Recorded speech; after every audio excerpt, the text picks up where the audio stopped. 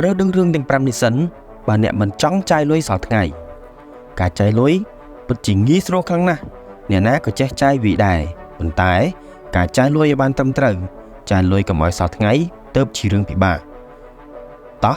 មកដឹងពីគន្លឹះសំខាន់ទាំង5នៃការចាយលុយដើម្បីឲ្យសល់លុយខ្លះគ្រាន់សាកថ្មឲ្យជីវិតទី1កំណត់ថវិកាមុននឹងចំណាយការកំណត់ថវិកាពិតជាសំខាន់ខ្លាំងណាស់អ្នកត្រូវដឹងជាមុនថាគួរចាយប៉ុណ្ណាសន្សំប៉ុណ្ណាហើយចំណាយលើអ្វីឲ្យប្រកបដាក់តម្លៃជាក់លាក់លើរបស់ដែលអ្នកត្រូវទិញហើយត្រូវដឹងថាវាសំខាន់ប៉ុណ្ណាសមនឹងតម្លៃរបស់វាដែរឬទេឧទាហរណ៍ខ្ញុំត្រូវទិញកុំព្យូទ័រតម្លៃ$500ដើម្បីបំពេញការងាររបស់ខ្ញុំឲ្យកាន់តែប្រសើរឡើងខ្ញុំកំណត់ថាក្នុងខែហ្នឹងមានលុយ$30សម្រាប់ទិញសម្លៀកបំពាក់ទី2កំណត់តម្រូវការនិងការចង់បានបែងចែកច្បាស់រវាងតម្រូវការនិងការចង់បានរបស់អ្នកដែលផ្ដោតសំខាន់លើតម្រូវការមូលដ្ឋានរបស់អ្នកជាមុនសិនមុននឹងអ្នកសម្រេចចិត្តថាចាយលុយ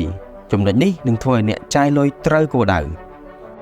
ទី3ស្រាវជ្រាវនិងប្រៀបធៀបតម្លៃមុននឹងចំណាយឬទិញអ្វីមួយចូលពិនិត្យមើលឲ្យបានត្រឹមត្រូវនៅតម្លៃនិងគុណភាពជៀសវាងការចំណាយលើសឬទិញទំនិញគ្មានគុណភាព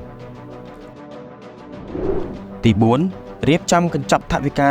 សម្រាប់ចំណាយបន្ទាន់នេះជារឿងសំខាន់ខ្លាំងណាស់ដែលយើងត្រូវកំណត់ប្រាក់មួយចំនួនសម្រាប់ចំណាយបន្ទាន់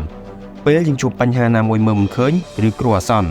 ការកំណត់នេះក៏ផ្ដល់ឲ្យអ្នកនៅអារម្មណ៍សុវត្ថិភាពផ្លូវចិត្តម្យ៉ាងទៀតវាក៏ជាផ្នែកមួយនៃការសន្សំផងដែរទី5ពិចារណាតម្លៃរយៈពេលវែងនៅពេលដែលអ្នកចំណាយសូមគិតអំពីតម្លៃរយៈពេលវែងរបស់វត្ថុឬការចំណាយរបស់អ្នកថាតើវានឹងផ្ដល់អត្ថប្រយោជន៍ឲ្យអ្នកបានយូរប៉ុណ្ណាតើវាសមនឹងតម្លៃនៃការចំណាយរបស់អ្នកដែរឬអត់ហើយតើយើងត្រូវចំណាយបន្ថែមសម្រាប់ការថែទាំឬអត់ចំណុចនេះនឹងធ្វើឲ្យអ្នកមិនស្ដាយក្រោយបន្ទាប់ពីចំណាយបន្ទាប់ពីដឹងចំណុចសំខាន់ទាំង5នេះហើយតើអ្នកមានអារម្មណ៍យ៉ាងណាដែរសូមបញ្ចេញមតិនៅក្នុង comment ខាងក្រោមសូមចុច like និង follow ដើម្បីទទួលបានចំណេះដឹងថ្មីៗអំពីការចាយលុយសូមអរគុណ